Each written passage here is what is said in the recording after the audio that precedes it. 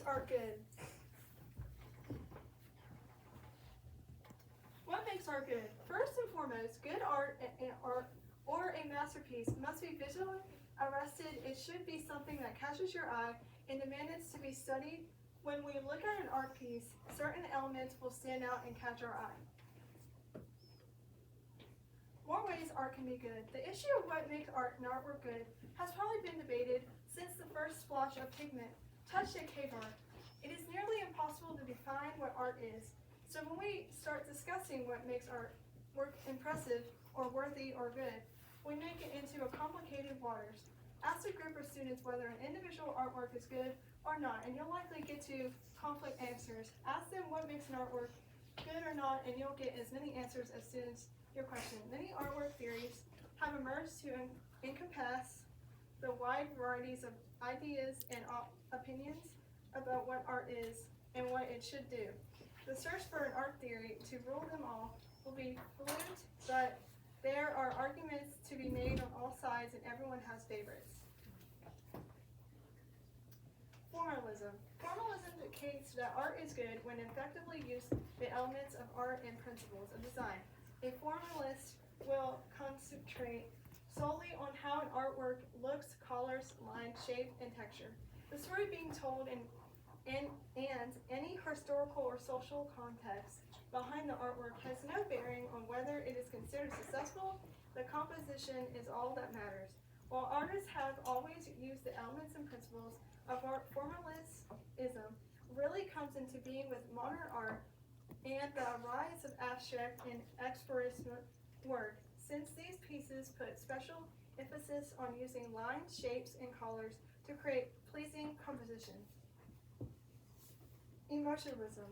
The emotionalism theory places emphasis on the expressive qualities of an artwork. The communication between artwork and viewers is crucial. If art is able to elicit a feeling from the audience, then the art has created an excellent piece. Emotionalism is unique among art theories because it is not certain on how an observant is attracted.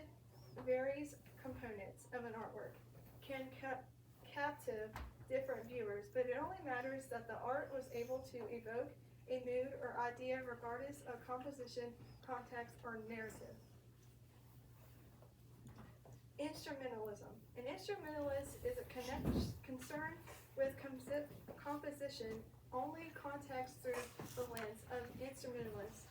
The best artwork are those that convey a message or shape how we see the world. Unlike other art theories, instrumentalists say that art is good when it is functioned as a tool to influence or change society. The artwork above no doubt drew a veritable reaction the moment you saw it. Did your eyes flick to the title? Were you trying to figure out what the artist was trying to say? Now imagine that the artwork before World War II, as Hitler rose to say, now imagine that, power, many saw him as a harmless politician. Through some knew otherwise, in this piece, Hartfield was using his art as an instrument sounding an alarm for anyone who thought Hitler was nothing to fear. Internalism and mimic. The internalism or mimic theory of art claims that artwork is the best when it imitates life. We've all experienced seeing an artwork from a distance and mistaking it for real things rather than replica. Those pieces are prized under imitatism. The most realistic, the better. In Vermeer's The Milkmaid, we see the creamy pouring from jug. It is easy to imagine the splashing sound it makes hitting the bottom of the container. The texture of the basket and the woman's clothes look real enough to reach out and touch. The play of light and shadows match what comes through on our own windows. We don't have to make our mental leap to imagine the scene unfolding right in front of us. Mimic artworks are instantly recognizable because of their devotion to reality, or questions or clarifications before proceeding. And what makes art good? So that is the end of the lesson, but I'm going to show you the pictures that it came with.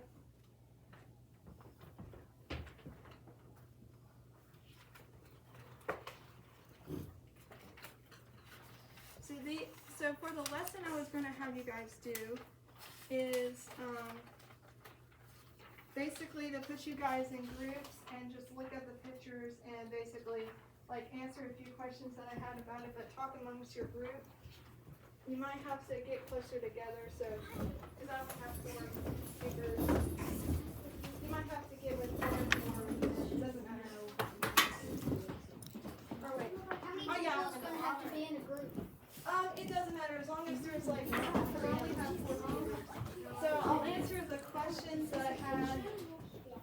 So section group, talk about these 5 questions. Describe what you see in the art piece. Like look at the art piece. Describe what do you think the art piece is doing. What is your first thought about the art piece? Do you think the art piece has a meaning? And do you think the art piece needs more love or no? Where's the eraser? I'll give you a little bit and then we can erase. Based on a real picture.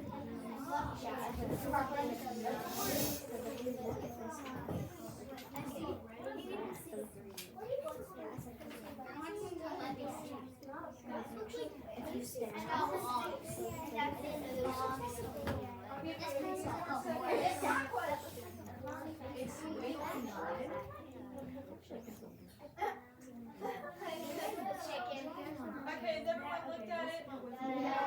Okay, so what do you see in this picture? Shh, boys. Circles. Not colorful? More Yes or no? circles.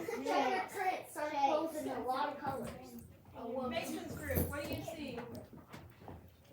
In the A woman. huh? A girl. Okay. What do you guys see? Animals. What do you think about the pictures when you look at them? Think about how. Do you think they're like different than like have you ever seen this type of style of art before? No.